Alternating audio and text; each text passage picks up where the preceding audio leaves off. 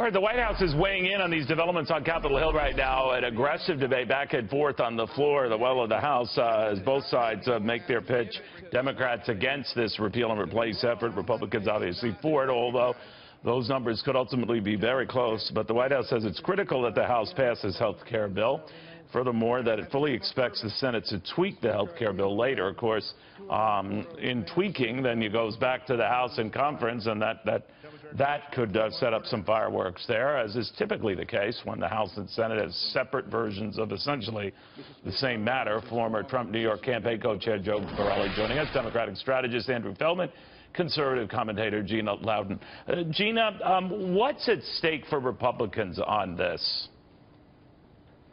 Well, I think they're re-elections, frankly, Neil. I think that if Republicans don't remain strong in the face of all of these things, in the face of this bill regarding health care, of course the tax plan, of course the border wall, those things, that they're going to go back to their constituents and they are going to end up primaried if they don't make a strong case. But I really do think that the Republicans, they've got their game on. It took a little bit to remember that they weren't the opposition party anymore, but I'm seeing great signs that they're progressing and unifying, and it's a great, wonderfully gratifying thing to see.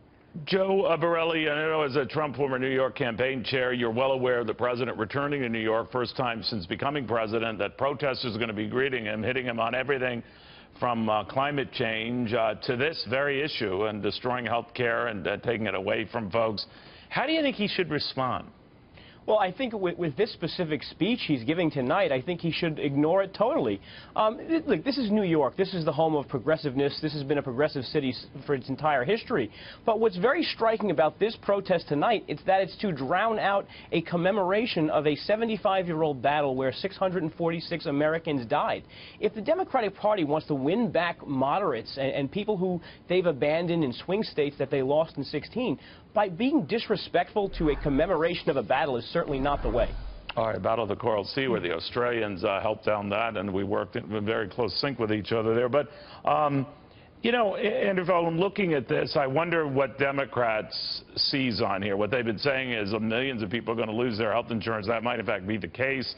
Republicans argue that they're overstating those losses.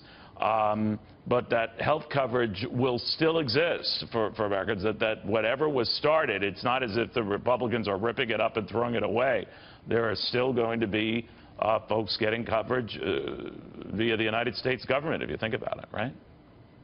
Look, unfortunately, it's not going to be as good, Neil. I mean, the reality here is that the Republican Party, the president, they're playing politics with the lives of the American people. They're putting the nation's health at risk. And that's what's happening. And this has gone too far. They're playing complete politics. This issue here, Neil, transcends party politics, right? The protests tonight, the protests over the weekend, the protests during recess, those are bipartisan protests from Republicans and Democrats, because the majority, wasn't it all politics, though, Andrew, when it was Democrats only voting for this back in 2010. Neil, let me tell you, look, Neil, the 20 more million people have health care than they ever did before. This is a life or death vote. If Republicans vote for this, they're going to go down in 2018 because thousands of people, Neil, thousands of people will lose their coverage and thousands could die as a result of that. I'm not trying to be dramatic here. I'm not trying to be absolutely. That is dramatic. That's absurd.